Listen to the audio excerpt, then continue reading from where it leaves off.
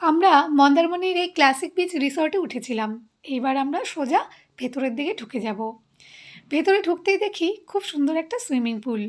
আমার মেয়ে তো দারুণ খুশি, কখনও জলে নামবে।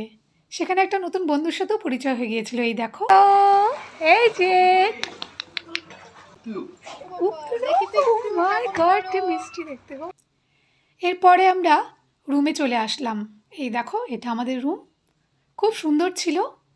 একটু রেস্ট নিচ্ছিলাম, কিন্তু এদিকে আমার মেয়ে সমানে বলে যাচ্ছে চলো চলো সুইমিং পুলে চলো। তো এখনই আমরা সুইমিং পুলে যাব। আমার মেয়ে তো যাওয়ার জন্য একদম ব্যস্ত। এই যে চলে এসেছি। তারপর আমি একটু জলে নেমে দেখলাম, বাপরে জলটা তো খুবই ঠান্ডা।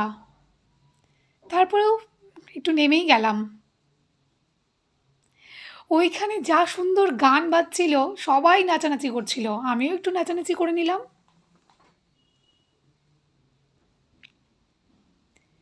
সত্যি সেদিন কিন্তু দারুণ আনন্দ করেছিলাম। যেখানে জল একটু কম আমি সেখানেই দাঁড়িয়ে আছি, পাশে কিন্তু অনেক জল বেশি। এই দেখো না আমাকে কি করছি।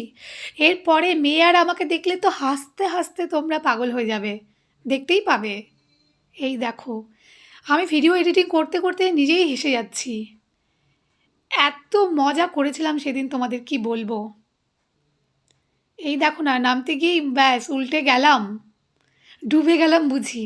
আমার এরকম চিৎকার। এদিকে মেয়েকে দেখো, ও কি হাসছে, ওর বাবাকে বলছে মাম্মি ভয় পাচ্ছে। এরপর মেয়েও নামবে। এই দেখো, ওকে নামিয়ে আমি ভয় পাচ্ছি, এই জন্য ধরে আছি ওকে। আর ও বলে যাচ্ছে ছেড়ে দাও ছেড়ে দাও। সবাই সাঁতার কাটছে, এই দেখো। আর আমাকে আর আমার মেয়েকে দেখো, এক কোণায় আমরা দাঁড়িয়ে আছি। কি করবো, আমার জলে সত্যি খুব ভয় লাগে গো। আর আমার মেয়ের তো একটুও ভয় ডর নেই প্রাণে। ওকে ছেড়ে দিলে মনে হয় একদম ও চলেই যাবে অনেক জলের মধ্যে।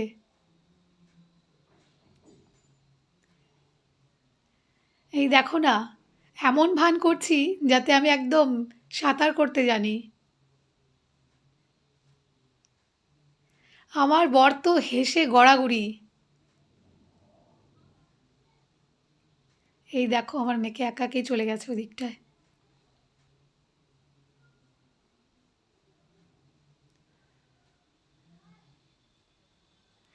এই যে আমাদের হয়ে গেল সুইমিং। কেমন লাগলো তোমাদের জানিও কিন্তু। Thank you.